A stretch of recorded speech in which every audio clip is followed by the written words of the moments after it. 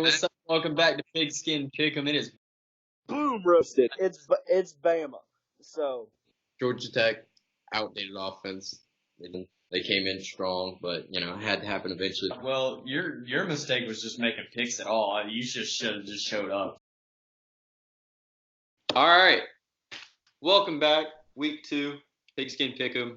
Your boys didn't do the greatest last week. I missed Memphis by literally half a point, 5.5 point spread, and they won 15-10. So that sucked. I'm in the lead. Oregon blew a game. We'll talk about that in a second. You got 1 point. You missed on Georgia. You missed on Clemson. Can't say I didn't tell you so. Utah, good pick. Again, we'll get to Oregon. Yeah. You got Boise State over Florida State, which was a good pick. Easy money. And you got, what was your other one? Wisconsin money line. Wisconsin, which I don't even know why you went money line there. I ran out of picks. And then who did you lose? I lost Northwestern. They got Northwestern, yeah. Well, Oregon. A lot of teams got and killed. Auburn. Last week's Dove's secret sauce. Right there. You can tell we've been using the bottle a good little bit. Game of the week. Yeah, I was rewatching the highlights earlier, and the amount of points Oregon left on the field was quite costly, obviously. I mean, wide open touchdown pass dropped, then the missed field goal right after that, and then the fumble on your own, 15? Good for Auburn for stealing that game away. Yeah. And solidifying that. Good for them, because they should not have won that game. But then again, it is Oregon's fault, because a lot of points left on the board. I did notice some things. Bo Nix, that throw was almost picked off for the touchdown. He was 6 for 18 in the first half. So I'm aware he's the freshman quarterback starting in this first game. We'll see how he improves, but definitely not the greatest showing. Well, Trevor Lawrence probably came out really good. I mean, yeah. But Auburn's offensive line definitely wasn't helping him out that much from what I recollected, and he was running around for his life a good little bit. So, but Auburn's defense did look good. I will give them credit on the defensive front. From the SEC, it's always going to look better than a Pac-12 team. But well, before we get to this week's picks, we're going to do our first ever kind of review type thing. But I'll let Will take it over with Tour of the Horn. On this week of Tour of the Horn, this will be our first week doing this. My name is William. I'm Jacob's roommate, so he's asked me to help him out. I drink a lot of beer, and I do know a little bit about beer. I'm from the Asheville area, so there's a big new wave of thought of microbreweries and bigger breweries bringing in beer to make there because we have high quality water. But on this week, we're going out of town, out to Hawaii with Kona Brewing Company, which is in Hawaii. Big Wave Golden Ale. I don't know if I've ever had this one. I don't know if I've had maybe one beer from a Kona Brewing Company. I just, I have so many options of local breweries. I like to support my local stuff, so that's what I go with. But I figured we started out with something new that I've not had in a long, not had. So, Big Wave. Alcohol in this one is 4.4. Low, good drinker during the day or weekend at the lake or something. The IBUs on this one is, I think, 26 is I read on this one. IBU is the International Unit of Bitters, or bitter unit, whatever you want to pronounce it. So, not a very bitter beer. Like I said, a good day drinker, as you would call it.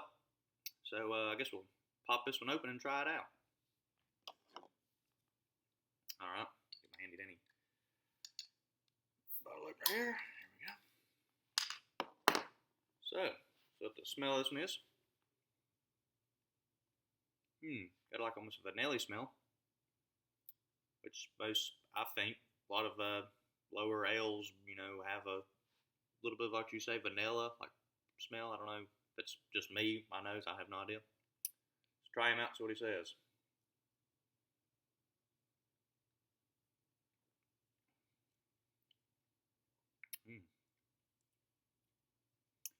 I've been laughed at saying this before, but it almost has like a woody taste. I'm not saying it tastes bad like a piece of wood, but it has a flavor of like when you're walking through a forest, like a wet forest, what the smell of timbers and stuff smell like.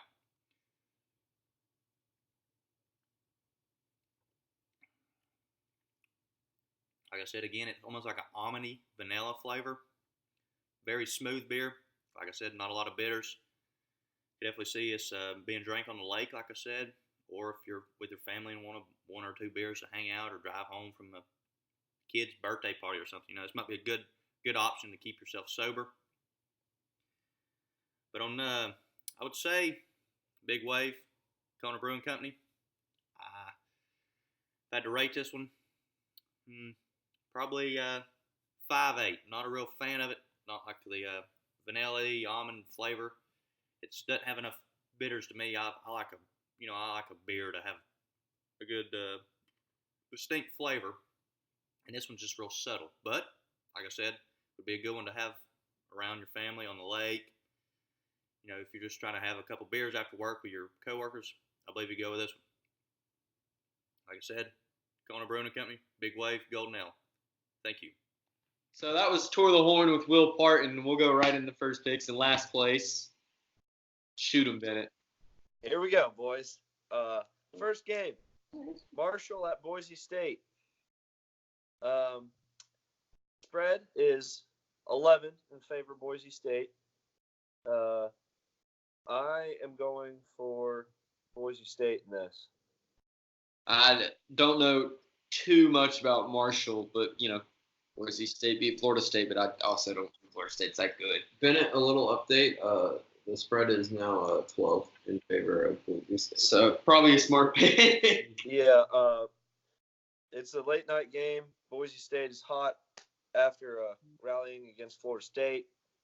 Talk about another team that blew a game. A Friday, Bennett. Bennett with Friday game. He's stealing my thunder. Sorry, it's a late night Friday game. I'm thinking about staying up for it. Comes on at 9. Should be a good one. Next pick, I got Oregon, Nevada. I'm picking Oregon in this one. They coming off a heavy loss to Auburn. I mean, Yeah. they got. That's who did they kick a game-winning field goal against recently? Purdue. Yeah. Was it Purdue? Yeah. We'll talk got a about that in a scholarship. little bit. Yeah. We'll talk about that in a little bit. But I have Oregon bounces back and pulls through. After they gain their composure, they figure out what they're doing when they play football. Yeah, I'm with you. I think that's a good pick. All right, and then my last pick is Stanford, USC. I'm going with Stanford at 2.5 in favor of them. And let me tell you why. I see. It's 1 right now. The live's 1 Really? in favor of USC. Well, I get it when I called it, right? Yeah. So minus 2.5 Stanford. Yes. All right. And JT Daniels is injured, so we'll see how that comes into play. Stanford is hot in their last 6 meetings. They've won 4 out of the 6. So I say Stanford's on top and they cover. All right. That brings it to you, Raging Cajun. All right. Well, I'll go ahead and go with my picks. Already like the first one. I like to throw in a lot of SEC games. Yeah, here comes the SEC onslaught. I didn't.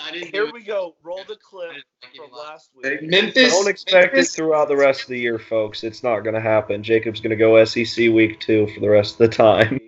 And one of these picks, if it wasn't for Mac Brown, would have been a third SEC game. Yeah. But I'll start out with BYU at Tennessee. Tennessee's favored by 3.5, which is just out there, man. They are just thought about they're doing this not game good. myself. I'm glad I did it. And BYU, you know what we say about BYU? It's a Damn bunch of grown Mormons. men. The Mormons, they're quite grown. So I got BYU with the spread. Yeah. I think they'll. I mean, you want to talk about an embarrassment, and God forbid there's any Tennessee fans watching this, which I really don't care because I really don't like Tennessee. Sorry. But Georgia State, really, really. You and I'm sorry to our buddy Larry Roundtree and Missouri. What you did for our conference last Saturday was an embarrassment. It's a privilege being in this conference. And they're both on our side, and Georgia's probably just gonna fucking right into Atlanta. But I won't speak too soon because Florida could pull it together. I'm really curious to see how they play this week. That's my first one, SEC. Whatever conference we will use in.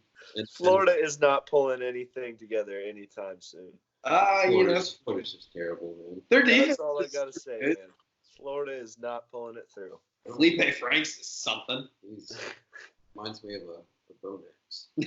I think Jacob's just talking him up so that if Georgia loses, he doesn't feel so bad. I think if we're gonna lose to anybody, it's not gonna be them. We'll get to a team we could possibly lose to. Well, he just said it, but yeah, I was about to say we both kind of picked the next two games the same. I'm pretty sure. All right, my second game, Miami at UNC for a little in-state pick. This is my only non-SEC pick. Miami is favored by 3.5, which I think is reasonable. Miami they gave up a good fight against Florida, that being a rivalry game and all. But I think Miami should have won the game. Good. They had a lot of missed opportunities. But I think that I'm just gonna go out on a whim, and I'm gonna say Mac Brown, man. I don't know. He's doing something. He's cooking up something. I got the same game. I might as well say what I have. Yeah, you go ahead. Just go right through it. But UNC, I was looking at stats, has more points per game, yards gained, and has allowed less yards than Miami. And again, Mac Brown. But I caught the game a little earlier. I got it -4. But same thing. I think that's a reasonable spread, but I like UNC in that one as well.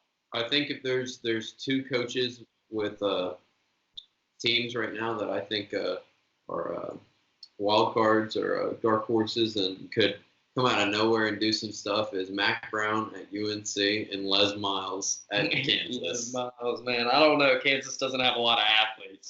They don't, but they got Les Miles. All right. That guy's crazy. But UNC with the spread, gonna go for the underdog pick for the last game. Do you also have this game? Yeah, I have this game as okay, well. So we're gonna do two of these picks the same. Texas A&M at Clemson. Clemson's favored by 17.5. Just gonna go ahead and pick Texas A&M off the spread. They got Jimbo Fisher. They're supposed to be pretty hot. Their quarterback's pretty good. Pretty good. LSU for the first time ever last year. So maybe they'll do something. I mean, Kelly Mond's a good quarterback, but he's hyping himself up. So see if he can live up to it. Trevor Lawrence threw 2 interceptions against Georgia Tech, which I would say is a embarrassment. They're not very good. And if he's throwing picks against them, those points never really cost him because, well, Tech can't play offense either.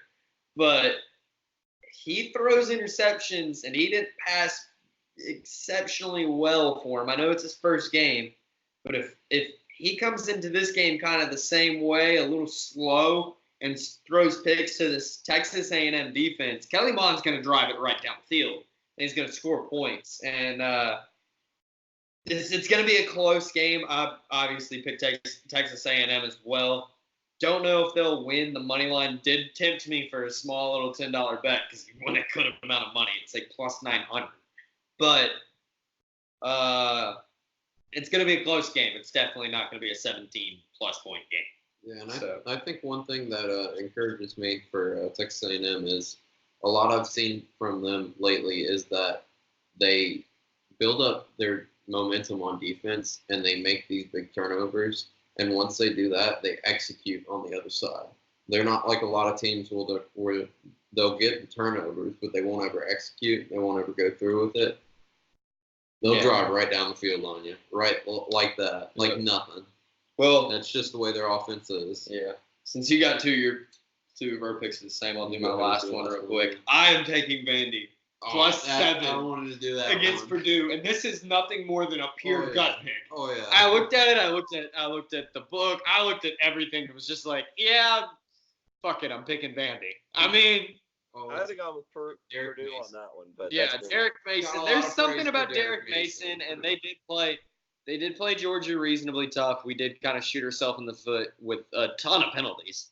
But I don't know. They're going up there to Purdue. It's a noon kick.